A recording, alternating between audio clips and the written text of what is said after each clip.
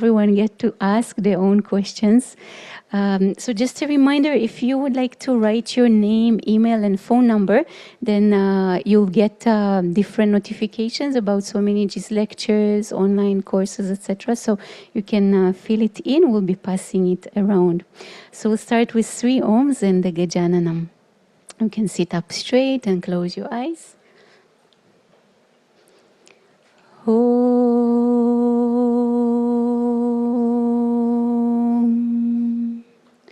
Om.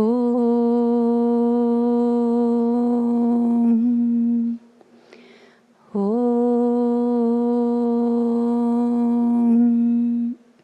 Gajananam Bhutaganadi Sevitam Kapita Jambupala Bhakshitam Umasutam Shokavinashakaranam Namami Vigneshwara Padapankajam Shadananam Kumkuma Raktavaranam Mahamatim Divyamayura Vahanam Rudrasya Sunam Surasanyanatam Guham Sadaham Sharanam Prapadye Ya Kundendu Tusharahara Devala Ya Shubra Vastravrita Ya Vina Varadanta Mantitakara Ya Shveta Padmasana Ya Brahmachuta Shankara Prabritibir Devai Sada Pujita Samam Patu Saraswati Bhagavati Nisheshu Jadyapaha Om Namah Shivaya Gurave Sachitananda Murtaye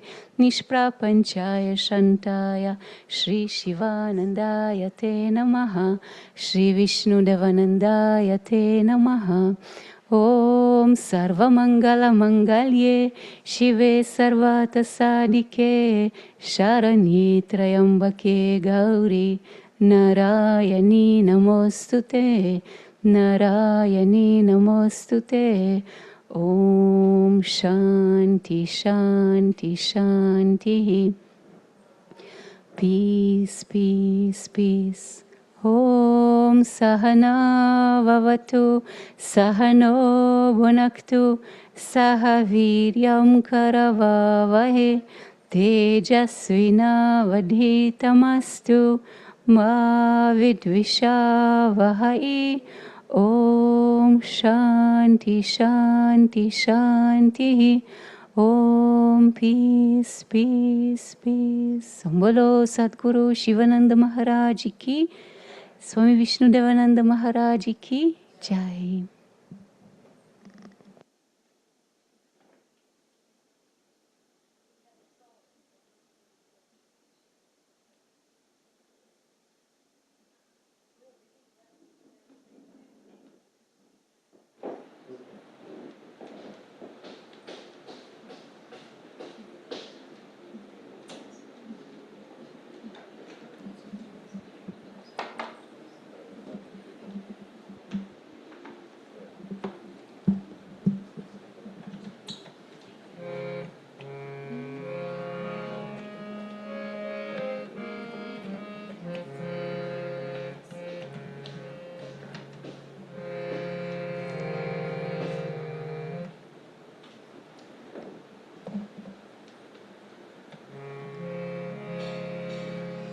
Namaskaram, Swamiji.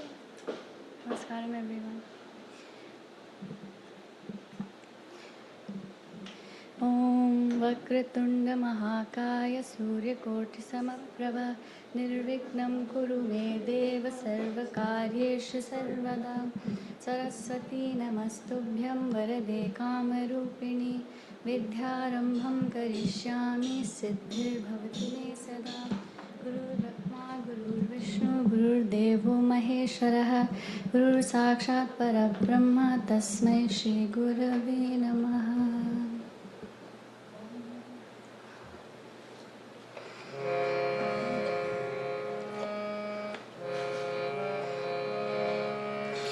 Shri Ram, Shri Ram, Shri Ram Chandra Kripalu Bhajamani Harana Bhava Payanarudam Shri Ramachandra Kripalu Bhajamani Harana Bhava Payadaruram Navakanjalochana Kanja Mukha Kara Kanja Pada Kanjaruram Shri Ram Shri Ram Kandarpa Ganita Amita Chavi Navanila Niraja Sundaram Patapita Manaho Tavita Ruchi Shuchi Nomi Janaka Sutavaram Shri Ramachandra Kripalu Bhajamani Harana Bhava Payadaruram Shri Ram Shri Ram Shri Ram Shri Ram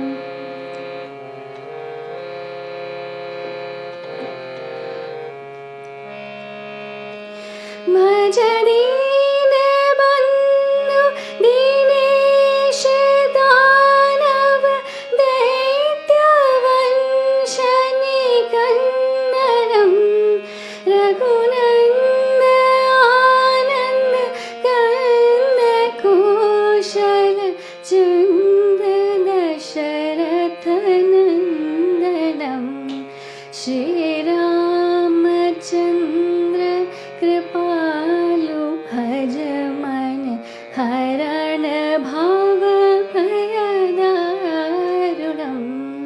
If you join me and sing Shri Ram, Shri Ram, Shri Ram. One more time. Shri Ram. Siramukota Kundala Tilaka Charu Udara Anga Vibhushanam Ajanu Bhuja Sharachapathara Sangrama Jita Khara Dushanam Shri Ram Shri Ram Shri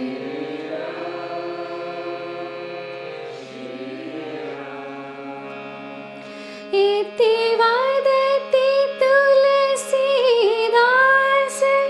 Shankara Shesha Muni Manaranjanam Mama Hridaya Kanja Nivasa Kuru Kamadi Kalagalanjanam Shri Ramachandra Kripalu Bhajamani Harana Bhava Payadaruram Shri Ram Shri Ram Shri Ram Shri Ram Shri Ram Shri Ram.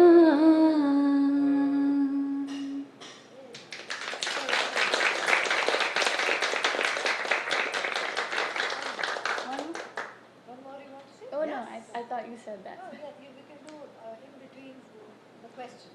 Sure, yeah, that's okay. No problem.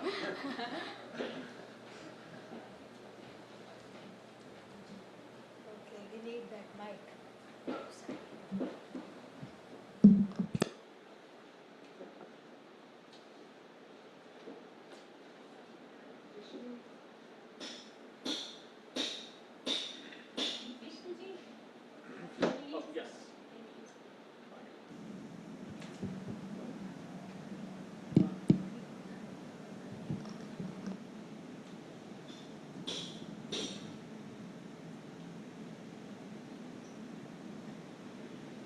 They should talk, not me.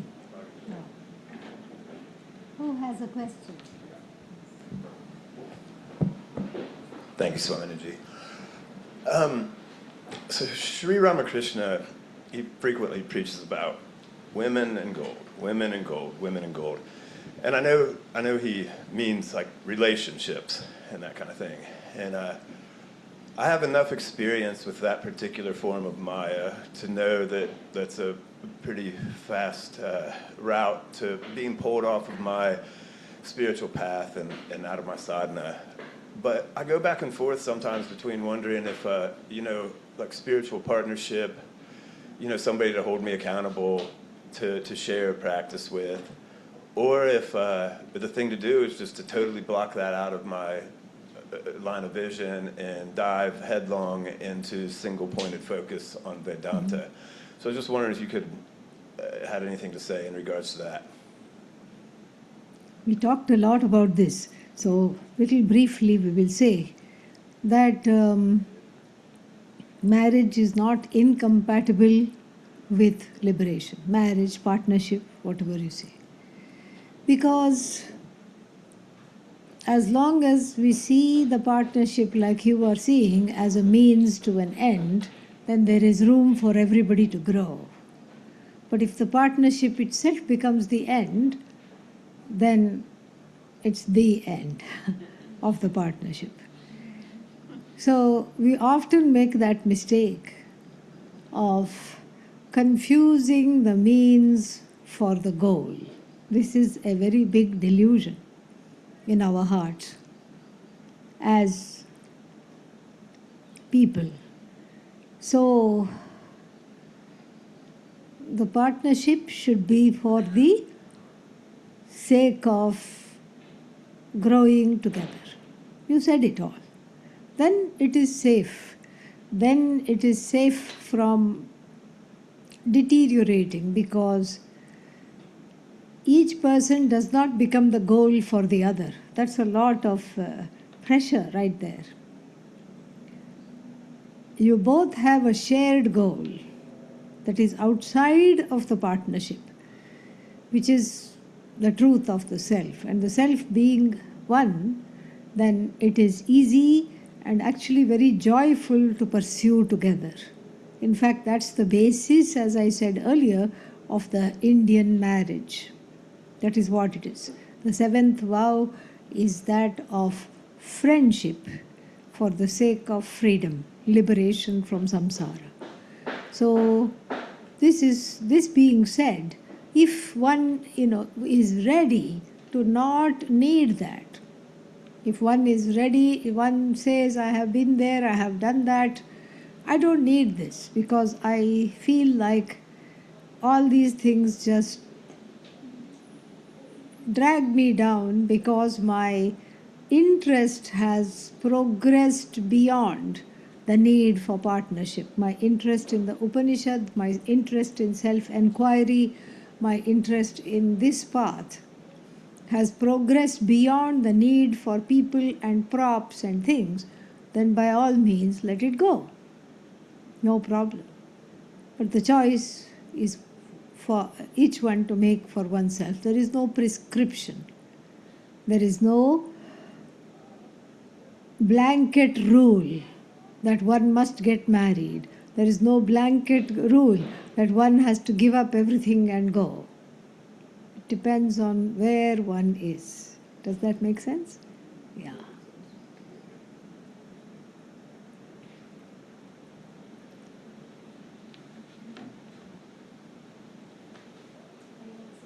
Hari Om.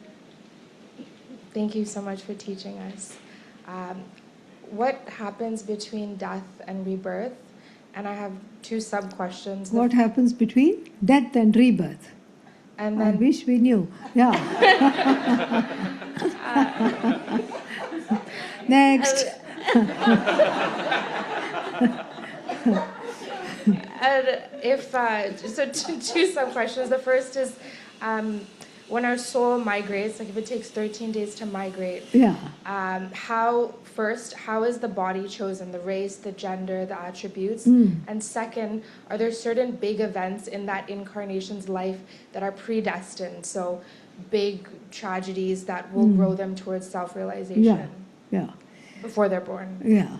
So, what happens between death and rebirth? Anybody's guess. But the Shastra and the Bhagavad Gita, the Upanishads and the Bhagavad Gita say the following. That depends. See, first of all, there is, as I said this morning, we are mix up. Mix up of what? Papa and Punya. Now, whatever is there, the good karma and the bad karma, which wasn't exhausted in the scope of this body, and then some punya which was collected in the course of having this incarnation, and some papa, bad karma, which was collected in the scope of having this incarnation, then what happens? We have to exhaust that after the death and before the taking on of another body. So we know from the Mahabharata that the whatever is little bit, that is exhausted first. Like supposing there is a tiny amount of good karma accidentally accrued to the account, and one is a full embodiment of bad karma at the time of death. That tiny amount of good karma is exhausted first, is experienced first. This is what happened to the villain of the Mahabharata. What is his name? Duryodhana. Duryodhana had done every terrible thing in the book. He was the first terrorist in ancient world, and he had done all kinds of bad, wrong things to everybody. And one would think that he would just be frying in Naraka. Naraka means hell. But no, when this one Yudhishthira, from Arjuna's elder brother, when he dies and goes to heaven, who should he meet but Duryodhana, eating peeled grapes, being fanned by all the nymphs of heaven, and just, somebody is playing him violin, somebody is dancing for him, somebody is, massaging his hands, somebody is pressing his feet. And then Yudhishthira, seeing that, gets depressed, even though he is in heaven. He says, if this fellow can go to heaven, what about the likes of all of us? We should not be here. This is paining me. And he is told two things. It is paining you because you, who have never told a lie, who have done all wonderful things, actually told one lie in the battlefield. And that's another story. I'll tell it another time. So therefore, your way of exhausting this karma is to see him enjoy, so that you suffer and eat your heart out to see this fellow enjoy. And then the second thing he is told is, don't worry, a trap door will open underneath even before I have finished speaking this sentence, and he will go to the other place. And that's exactly what happened. Or he just says what, and then he just goes under. This is the small amount of good karma is expended, or if there is a small amount of papa, because then Yudhishthira has another question: where are my people? Where is Draupadi, my wife? Where are my brothers? Where is Arjuna? Where are all these people? Oh, they are in hell. You must be kidding me. They are such wonderful people. What are they doing in hell? Well, because they just did a few bad things, so that is what is expended first. And he says, I don't want to be here, take me to hell. And so he's also taken there, and he sees, his brothers and his wife and his mother undergoing lot of tribulations, but then that's only for 5 minutes, and then they all go back to heaven. So from this we know a little bit of heaven, hell, and what happens in the things. So you expend the good karma, you enjoy the various lokas, you expend the bad karma, and then what took you to heaven is good karma, and then the currency is the good karma wears out, and then what? You are booted out of there. And then you come back take on a new body. Now we turn to part B of the question. On what basis these new bodies are taken? It is on the basis of the strongest and the most insistent desire. Yeah. A desire that not only you can let go of, but it also cannot let go of you. That kind of desire.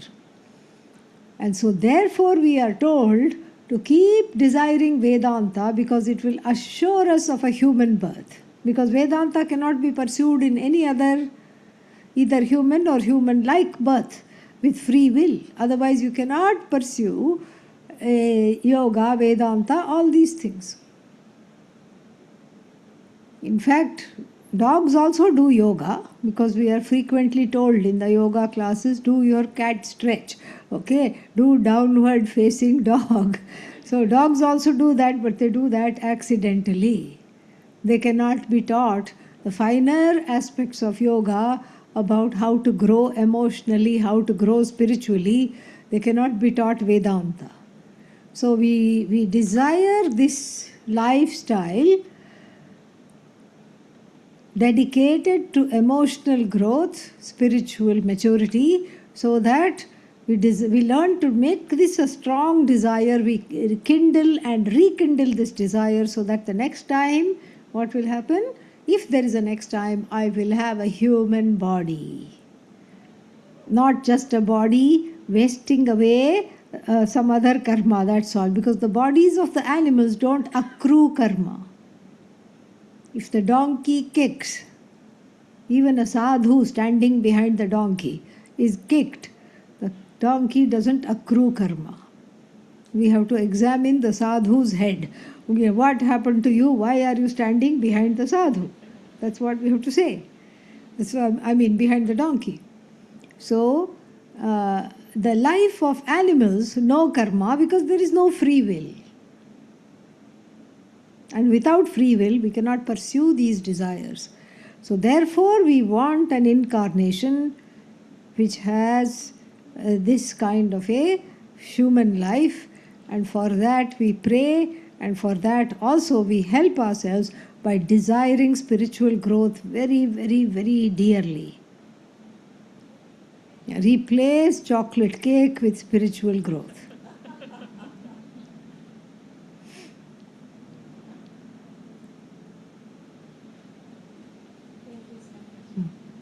Somebody back there.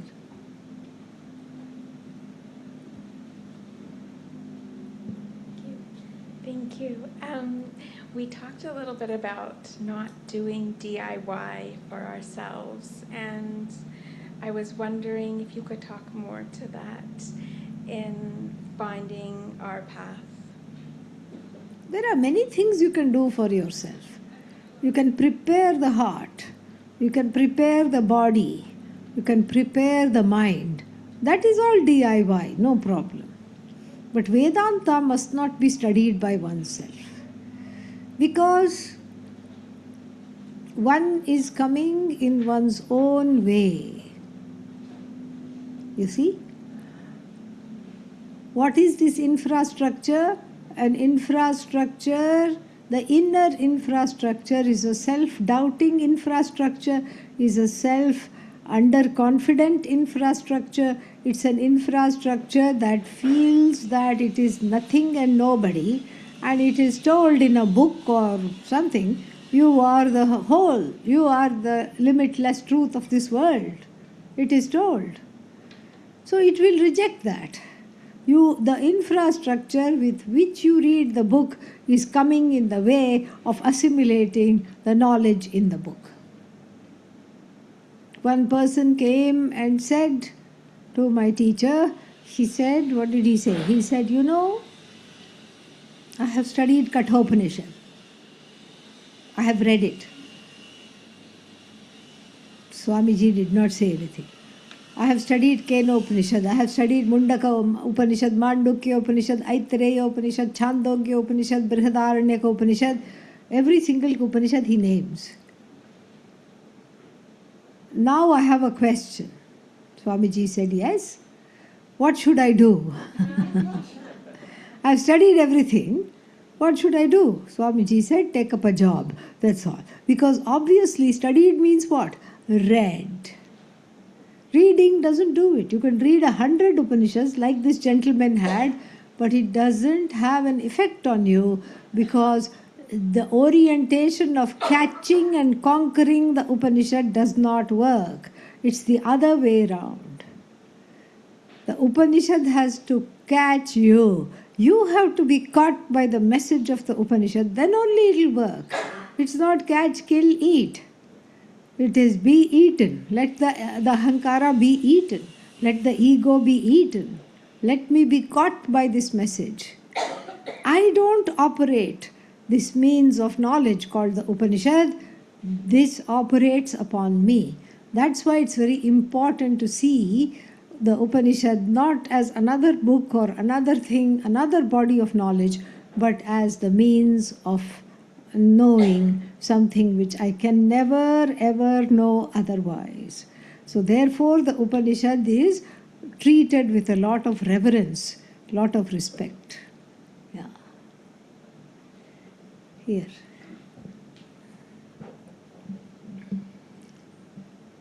Thank you. I have a follow-up question to this, and it relates to the teacher. Also this morning in the Brahma Sutras there was a lot of emphasis, the importance of the teacher. Now, when we look into the teacher, I mean, you had the blessing that you met your guru while he was still in the body. You know, those who come to Sivananda, Sivananda is no longer in the body. So what is that teacher, guru, the importance? And then also there is some that say guru is not the physical, guru is a principle. So if you can maybe just shed some light on the importance of the teacher. Vedanta is a funny thing. If you gain the knowledge, you say, it's all because of the teacher. The credit goes to the teacher. If you don't gain the knowledge, it's all because of you. You were not ready, you were not prepared. It's not fair, but that's how it is.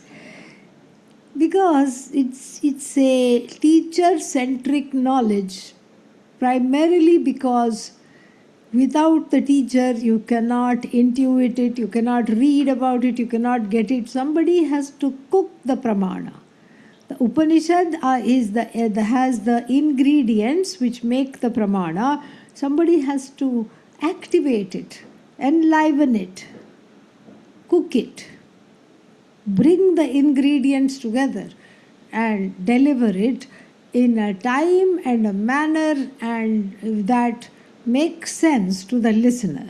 It's the same knowledge that Adi Shankara taught. It's the same knowledge that the guru of Adi Shankara, whose name was Govindapada, Swami Govindapada, taught. It was the same knowledge that his guru, Swami Gaudapada, taught. And we don't even know who else was there. These are just the teachers we know. And some other teachers are mentioned in other books as citations. Teachers, scholars. We don't even know. It's the same knowledge.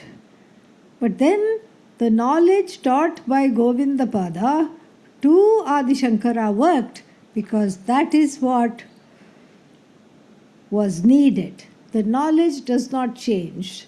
The presentation also does not change. The methodology also does not change. But it becomes live for the person listening because it is made pertinent to the people of that particular day and that particular time, this particular day and this particular time. That is why the teacher is important. So the teacher is not seen as, must not be seen as a human being. Should not be seen as a human being. Why? Because it's just like, it would be the same problem that one would have if one would make friends with your therapist. So one day you go and have a therapy session and after that you invite them to go and have lunch together. It does not work, because the next time you will be looking at them not as an expert in psychology, but as somebody with a whole lot of likes and dislikes, just like yourself. So, if this can be an example, and then we can think of Vedanta as a kind of a super therapy, then it is very understandable that the teacher is seen as somebody who is the mouthpiece of the Upanishad, and the Upanishad and the Gita, the source books, are revered, and so therefore the teacher also shares that reverence, because without that teacher we cannot gain that knowledge. And so therefore it is important to keep the relationship between the teacher and the student very, very pure. Pure means only for the purposes of the teaching. No other purpose, no other reason should be there. This is a relationship that has been formed only for the purpose of receiving the teaching. There is no other thing. The teacher will talk about many things. I could see my teacher too. Many people came to him. They were not that interested in Vedanta. They were very interested in him. Okay, they wanted to be around him. They couldn't get enough of him. They wanted to sit with him, eat with him, and discuss many things with him. Swamiji, what do you think of cricket? And then he would say a lot of things about cricket. He knew a lot of things about a lot of things. Swamiji, what should I do? Should I invest in the stock market? And lo and behold, Swamiji knew about the stock market. He would say, no, not at this time. Don't do anything drastic. You just keep it. And then the word spread, oh, Swamiji knows stock market. Even more people came then. And because they were all interested, what should I do? And then Swamiji, here is my horoscope. He knew astrology too. So then he would sit and read people's horoscopes and then tell people, see, Sharada knows, these people know, they all know Swamiji. And so he would tell, and then he would do all these things. But really speaking, even though the teacher can talk on many, many things and many, many subject matters, to use the teacher in the best way would be to just not talk about these things. Because if you talk about these things, why are you talking about these things? Because you want to have a relationship with the teacher. You want to make the teacher into somebody who is just like any other person that you interact with. Nothing wrong with that. But then you have to decide, do I want this person to teach me, or do I want this person to just talk to me and entertain me and be in my life and validate me? That is also very important. Many people used to go to Pujya Swamiji for validation. Am I okay? Just tell me I'm okay. And how will I know I'm okay? I'll just bring up some topic with you and then let's see what happens. And so, like this is, so when I, the more I study, the sacredness of this knowledge I have a value for, the value for the sanctity of this knowledge grows, and along with that grows the sanctity of the teacher-student relationship. So even though in the past I may have, this happens to Arjuna also.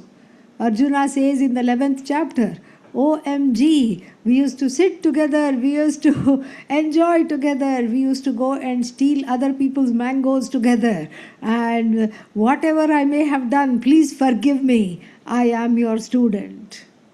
He says that in the 11th chapter. Many things I may have done in the course of our sitting together, eating together, walking around together so many times. I pulled your leg, I made fun of you. No, I didn't mean that. I really need this teaching now. What is this Ishvara? How can I be this Ishvara? Please tell me. So as the value for this knowledge grows, the value for the teacher and the Shraddha, the reverence for the teacher also grows. And this is what we mean by the principle. So you are not surrendering to a person. That's very difficult to surrender to a person.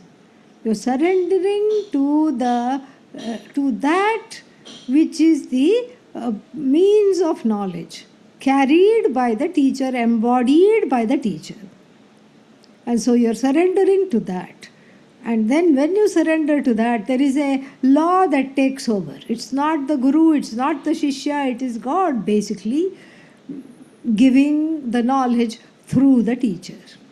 And so therefore, one may say, the guru I have chosen is not in the body.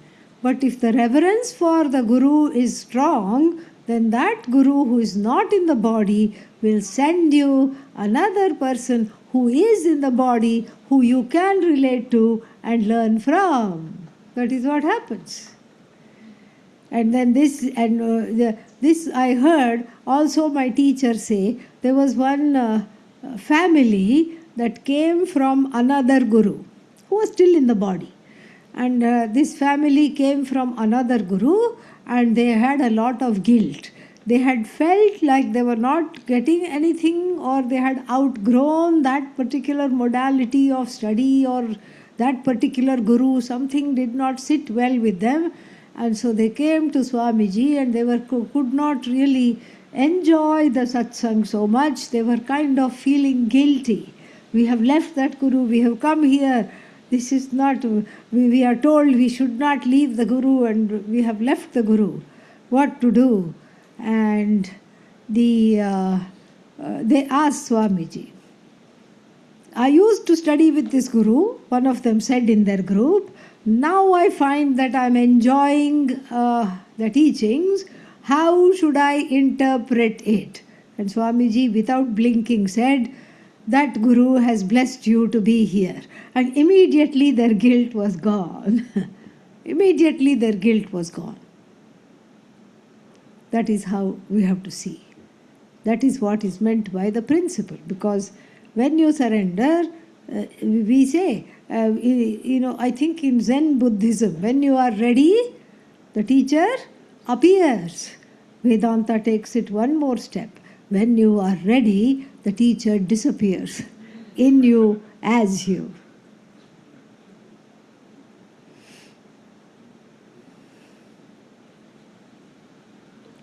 Here first, yeah, and then you, yes.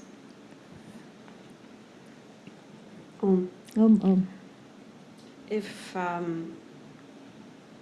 life goes off script, when life goes off script, and chaos ensues in the play, and the players are, the people in the theater are hurt, and you're not able to make sense of it, what do you do? Pray. You pray. Pray not to make sense of it. Pray so that everybody finds relief and finds the answers that they need. We pray and come to an acceptance. Not the acceptance of the oppressor's action. That is never acceptable. No. We are not accepting the people's actions, or whoever is hurting or whatever. We are not accepting the tormentor's actions. We are accepting that as of now, we are helpless. As of now, we cannot do much. We can have small actions, small interventions. That's all we can do as of now. Later it may change. This is the acceptance. Like right now, this is how it is. We are not saying, we are not deifying people who are like Hitler. We are not doing that. But at the same time, acceptance means we see that right now times are hard. We have to be able to see that. And we have to be able to say, okay, I can't do much. I can do some small things. I can pray. I can intervene in this way. But I can't do more than that. That itself is an opening to another level. But many times what happens is that we fight. we don't accept. We don't accept the order of things how they are, and then it leads to suffering. And same thing with all the players getting hurt there too. Everybody has to get to a place of acceptance of what is, because what is another name of God. What is Ishvara. If we write Ishvara, what are the first two letters? Is. Yeah. What is Ishvara. Yes. Yeah, back to the teacher and the guru topic. I've heard Swami Sarvapriyananda say, I'm not a guru, I'm an acharya. So can you just help me understand, like, what is the difference between an acharya and a guru? Like, we wouldn't look at somebody like yourself as a guru, right? Or nobody looks at themselves as a guru. No one. Us. No one looks at, no teacher looks upon himself or herself as a guru. Guru is a relational thing. Like suppose you are married, you can say I am a husband, correct? To whom? To your wife. You are a husband. To your husband, you are a wife.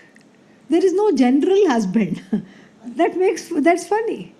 What are you? I'm a wife. Oh, what does your husband do? I don't have one. Then what do you mean you're a wife? Yeah.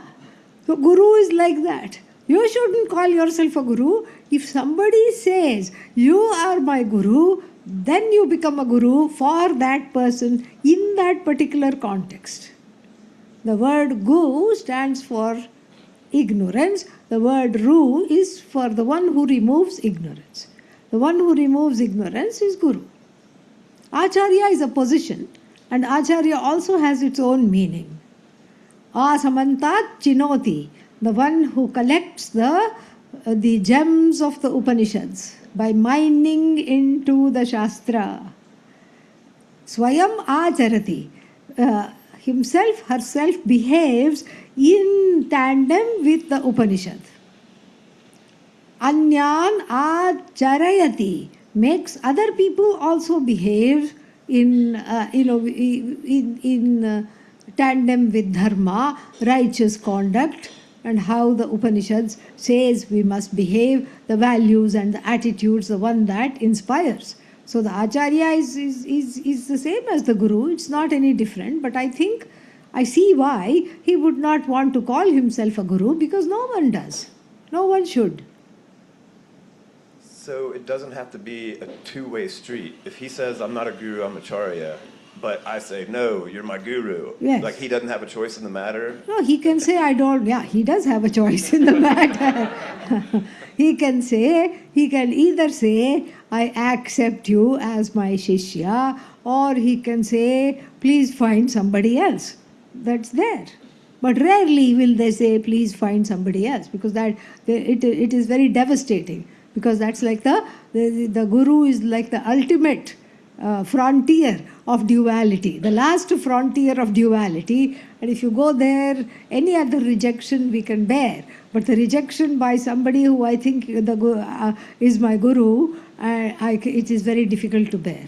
So nobody will reject. But you ask me technically, can he do that? Yes, he can do that. He can say yes, or he can say, and so sometimes we hear in the life stories of the saints, I forget which guru it was or which teacher it was, writing his biography, he went to somebody and said, I think you are my guru, please teach me.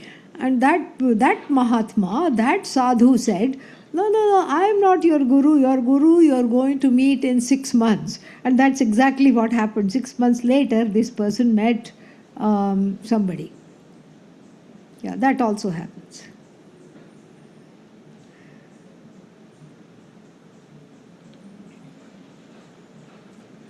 Thank you, Swamini. I'm wondering if you could talk a little bit about the stages of life, and for those of us who are householders, and then in my case, getting older. I'm going to be 65 in a month, less than a month. And this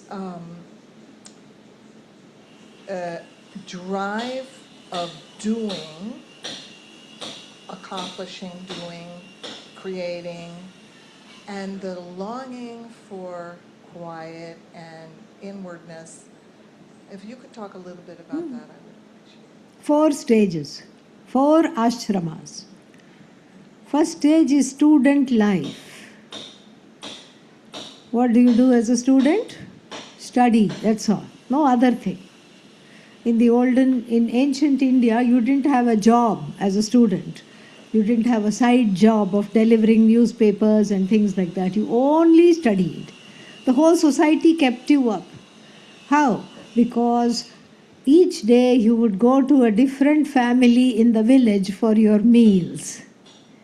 This was very nice. Once a week, they would sign up that we are the people giving meals this month. So then this roster would go to all the students, and the students would go to that auntie and uncle's house for lunch, and the next day and the next day.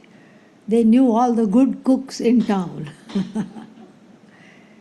All the students used to go. The young children used to go, and this is how the childhood was free of encumbrances, free of trying to keep up other relationships, free of nothing but just study. This is called, what is it called? Brahmacharya. First stage of life. Then, what is the second stage of life? Garahastya grihastha, which means householder. Better rephrased as house held. Yes.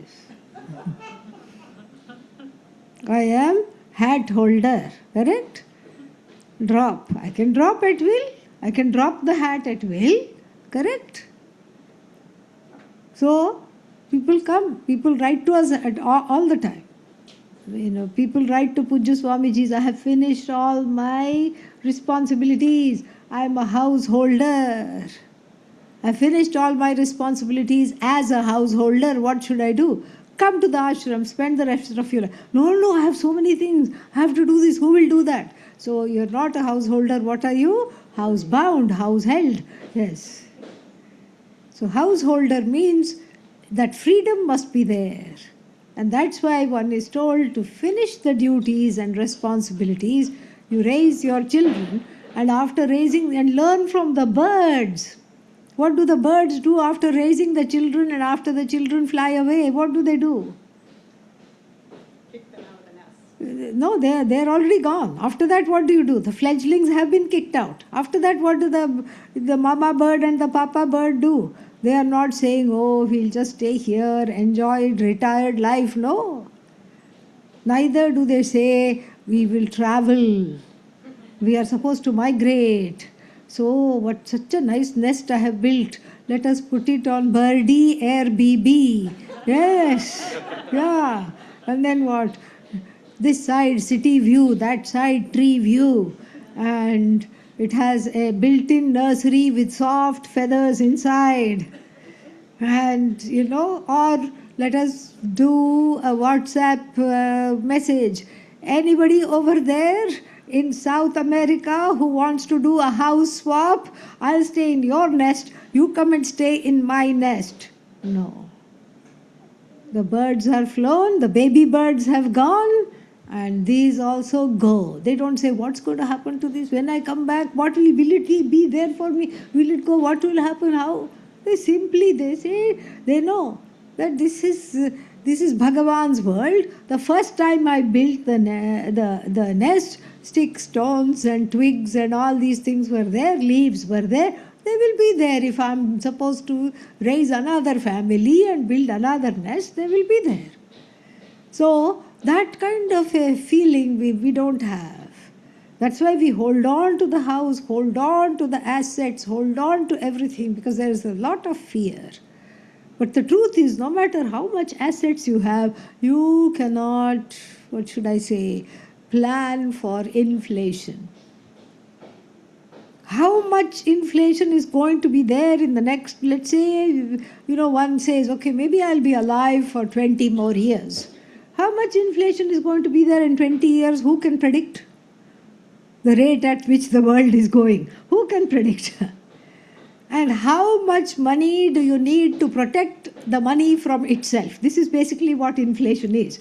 How much money do you need to offset the money from going down from itself? That also you can't predict.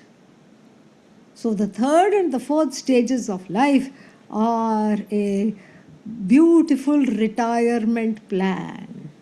The third stage of life, called the forest dweller life, meaning you drop the house, you give it to your descendants, give it to the next generation. If you don't have children, give it to nieces, nephews, grandnephews, grandnieces, and then you go off into the forest. Right now, difficult to do because we have cut them all up. So where are we going to go? So it doesn't matter. We have a concept for that also. It's called downsizing. You downsize.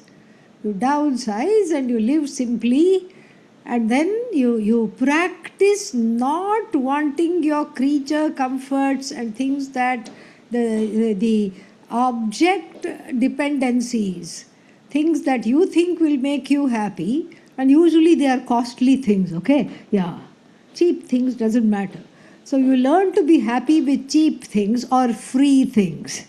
You learn to have a new way of being happy with free things, cheap things. And here we can have as our teachers small children who laugh and giggle at silly things. When there is nothing to laugh at, they just fall back and laugh. They roll on the floor and laugh for no reason at all. Doesn't cost money at all. They don't have, as yet, they don't have expensive toys, they don't have anything, and you just do a simple trick and they laugh. You do the same trick again, they laugh even louder, and that mirth does not go away at all. So you learn to be like them and then milk out things from the life which may just, makes you happy.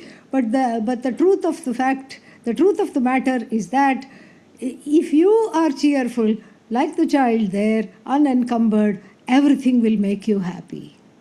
The dependency comes because I am unhappy with myself, therefore I look for more and more things to make me okay. But now I have reached a stage in life where I have to be okay with less and less.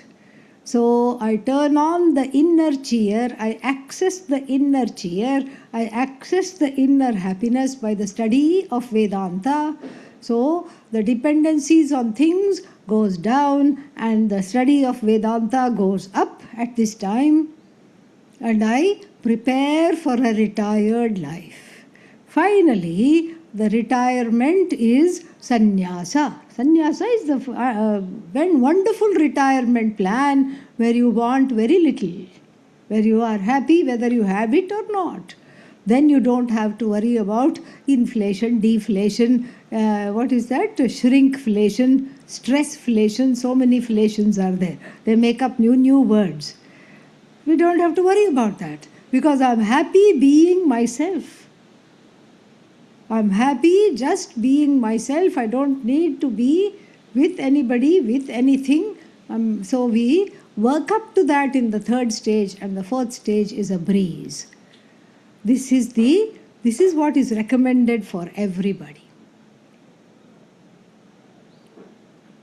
Everybody grew very quiet and serious on that note because it is a serious matter. Yeah.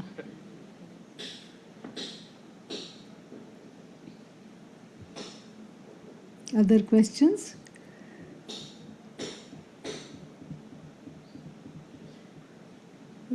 Any other questions? Okay. We'll end with the bhajan. Come.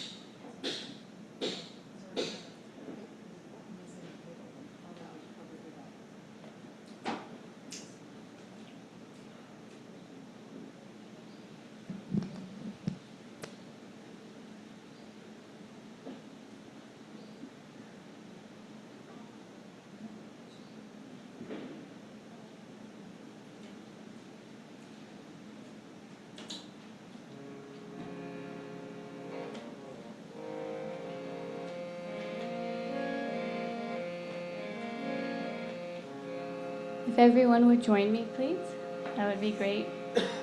So I'll sing and then you repeat.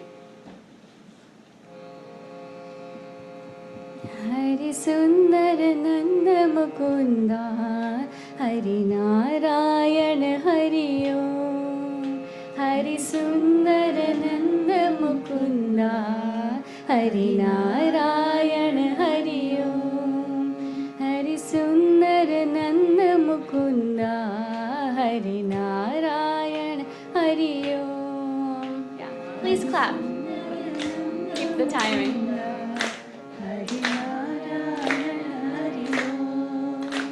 Hari Keshav Hari Govinda, Hari Narayana Hari Om. Hari Keshav Hari Govinda, Hari Narayana Hari Om.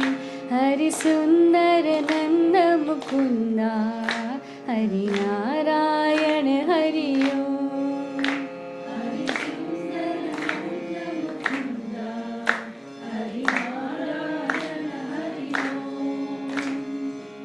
वनमाली मुरलीधारी गोवर्धन गिरिवरधारी वनमाली मुरलीधारी गोवर्धन गिरिवरधारी नित नित कर माखन चोरी गोपी मनहारी नित नित कर माखन चोरी हरि सुंदर नंद मुकुंदा हरि नारायण हरि ओम हरि सुंदर नंद मुकुंदा हरि नारायण हरि ओम आओ रे गाओ रे गोकुल के प्यारे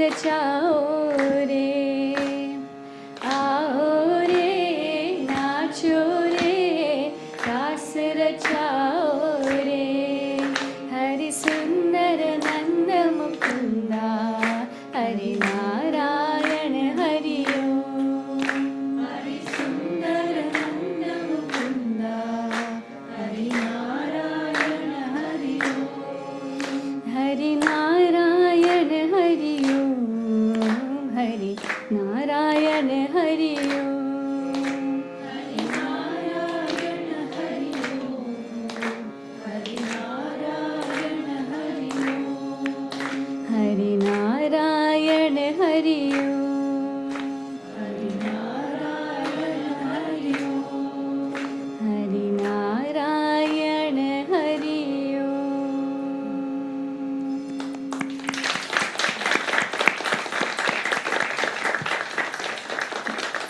This is Maitreyi. Please don't miss her dance performance tonight and also for us tomorrow during the question hour. She will dance right here. Okay? Yeah.